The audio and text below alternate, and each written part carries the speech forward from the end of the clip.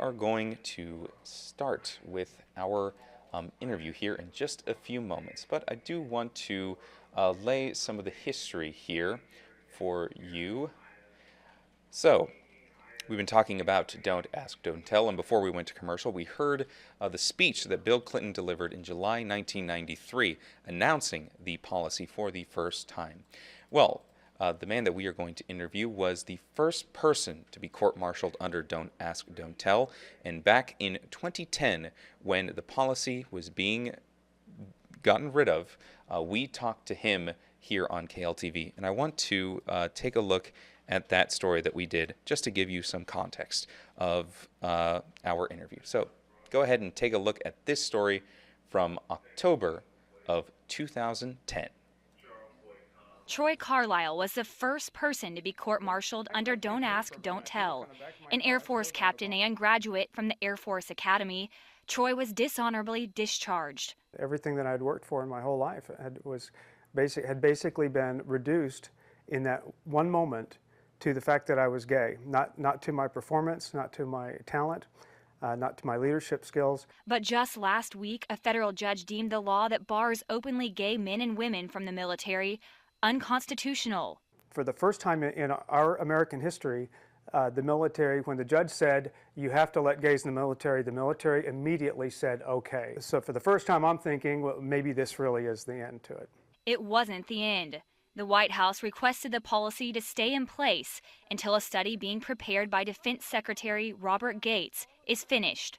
On Wednesday, a federal appeals court reinstated Don't Ask, Don't Tell, angering critics on both sides of the issue. That hurts, especially since it was one of Obama's campaign promises to allow gays in the military. He wants to be the one that gets the touchdown with it. I don't agree with the way it's been handled. I think we need to cut through the chase and get it done, get it over with, and quit running everybody around the barn. A long waging battle, gay servicemen and women must wait a little longer for the appeals court to make a final decision. In Tyler, Sarah Story, KLTV 7 News.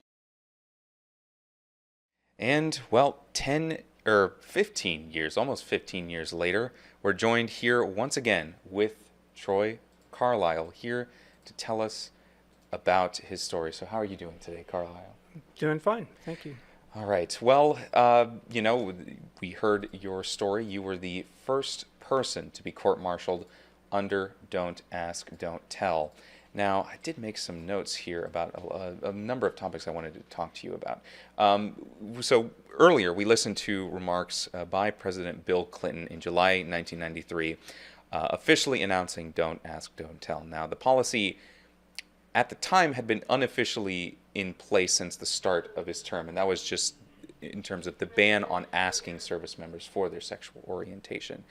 And in that speech that he delivered in July 1993, he said it provided greater protections for gays and lesbians in the military. He called it a balance between individual rights, the needs of the military.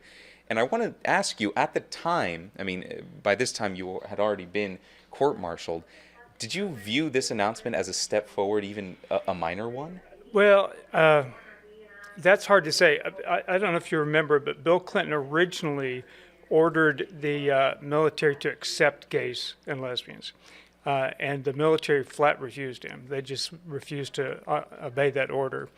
And so Don't Ask, Don't Tell became a compromise. We saw it at the time as just what we had to live with, because that's the only thing that the military would accept. Absolutely. Well, that was a big thing that I think a lot of people probably don't know, is that Don't Ask, Don't Tell was a compromise. Originally, Bill Clinton wanted to go forward. That's right. More advanced on that. And I really do want to talk about that court-martial, because you talk about it in this book that you wrote. It's called The Remainder of My Life. And in chapter 16, I believe it was, you talk about your experience of being court-martialed. And I want to pull up some excerpts from that book that I read, because it was frankly fascinating. And it's sort of hard to think that what you went through, that any American would have to go through. But you mentioned in the book you were preparing for your court-martial, and you said, quote, "My attorney arranged," oh, that's the wrong one, there we go. my attorney arranged a psychological evaluation that was supposed to prove beyond any doubt that I was a normal, healthy, heterosexual male. And you said I was shown a series of slides depicting attractive males and females, and the device, you were told, would measure even the smallest excitability as the slides progressed. Now, I really want to ask you, what kind of went through your head when you had to go through this sort of evaluation? I can only imagine you were thinking, why does anybody have to go through this? It was humiliating to do that. They had to put a device on my most private parts to do that. So the whole event was humiliating. And then I also felt it was just very disingenuous to feel like I had to do this. My attorney said the only option was to present myself as a straight man. And so the whole thing just felt wrong to me.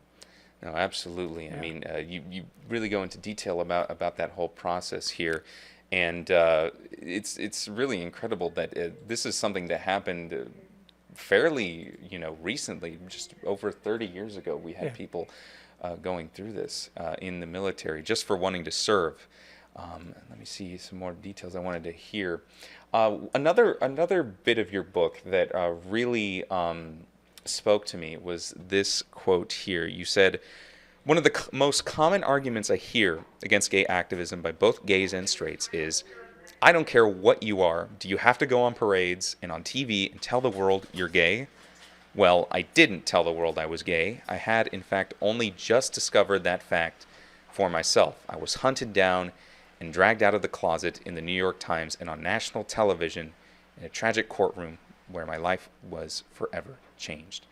And yeah, your story did make the New York Times in an article titled "Military's Zeal Decried in Sodomy Case." I read through that article in preparation for our interview, and I want you to take us through that moment that you realized that you and the accusations that have been leveled against you had become national headline news. Well, at that time, it was just like a death sentence. If anyone knew you were gay, it had to be the most privately held secret. And so I had refused my whole life to even consider the thought that I might be gay until just about 2 years prior to this happening.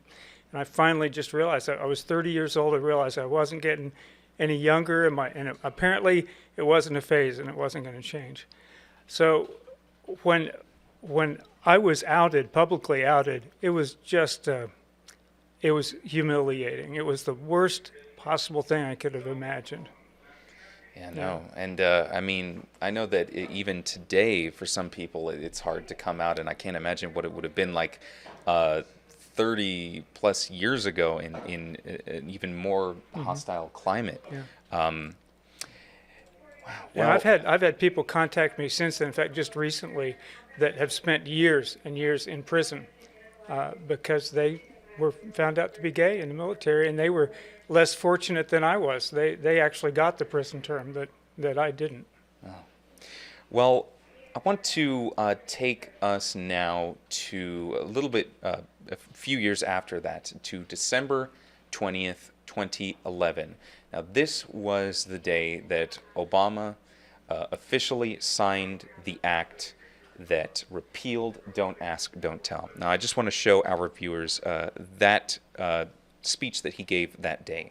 This morning, I am proud to sign a law that will bring an end to Don't Ask, Don't Tell.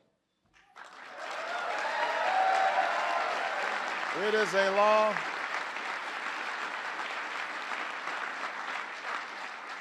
This law I'm about to sign will strengthen our national security and uphold the ideals that our fighting men and women risk their lives to defend. No longer will our country be denied the service of thousands of patriotic Americans who were forced to leave the military, regardless of their skills, no matter their bravery or their zeal, no matter their years of exemplary performance, because they happen to be gay. No longer will tens of thousands of Americans in uniform be asked to live a lie.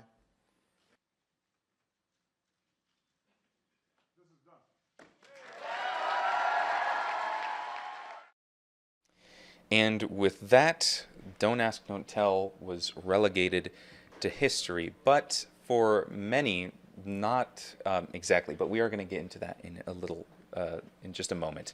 I want to go back to that day and when you saw that that act had been signed and you knew that Don't Ask, Don't Tell was officially no longer a policy and that gays and lesbians could serve openly in the military. How did you react to the news? Oh, it was just like a huge weight had been lifted. Now, the weight hadn't been completely lifted because my records are still tarnished and my history still exists.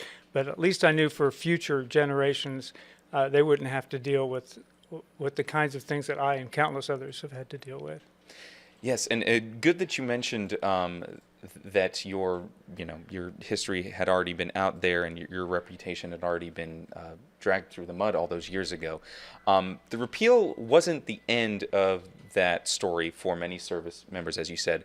Dishonorable discharges were not automatically wiped. Right. So service members had to request a correction manually. Did you go through that process? Or? I'm still going through that process. You're still going through that process. The thing is, if you look at any trial, if you get arrested and put on trial for any crime, the police will try to tack on as many charges as they can. They very, very rarely will you get charged with one thing. In my case, I was charged with going to a gay bar plus being gay. So the gay bar thing added a complexity to it. And if there are any other charges on your court-martial, then it's not just an automatic reversal of those they won't erase your history like they will if it's just a very simple you were convicted of being gay charge. And when did you start this process? About 3 years ago. 3 years ago, and it's still going through. And Yeah. Would you happen to know how far you think you are in that process? I just got an email from them to expect their decision within 60 days. Within 60 days? Yeah. All right. Well, hopefully you do get that record expunged. I want to end off our interview with another excerpt from your book that I really enjoyed reading. You said, "I predict a time in the future when the rights of homosexuals will be protected, and a time in the more distant future when our Constitution will be correctly interpreted to apply to all people, not just the particular groups such as blacks and women who have so valiantly fought and paid so dearly to achieve legal recognition as human beings with human rights." You published this book in April of 2007. Looking back, how close would you say we have come to achieving that future that you imagined? Well, we keep getting close, and then we keep sliding back. Right now, we're sliding back. Under Donald Trump, things are looking pretty bleak for minority groups again. So, yeah, that's a similar sort of sentiment that I heard from. We interviewed two people from Pride, East Texas, Longview, a couple of weeks back, and they sort of told me about the same feelings that they were having, and I think one of the things is also related to the military, because now under the Trump administration, once again, we have a ban on transgender people from serving as servicemen and women. What do you make of that decision? well, I think it's very unfortunate that transgender people who are the most marginalized, the most at-risk group in the LGBTQ community, are the ones that are most under attack right now. Republicans in general just seem to hate transgender people, and it's just really unfortunate, because these people are very high risk of suicide.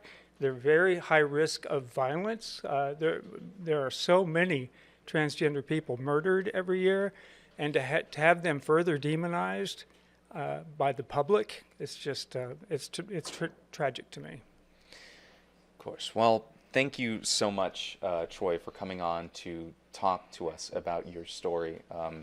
And if you want to read his book, hear about his story, that is The Remainder of My Life. I read chapter 16. I thought it was pretty fascinating. Thank you so much for coming on to tell us your story. I know it might have been hard to go back to those days and remember some of those difficult memories. But Thanks we for inviting we me. really appreciate it.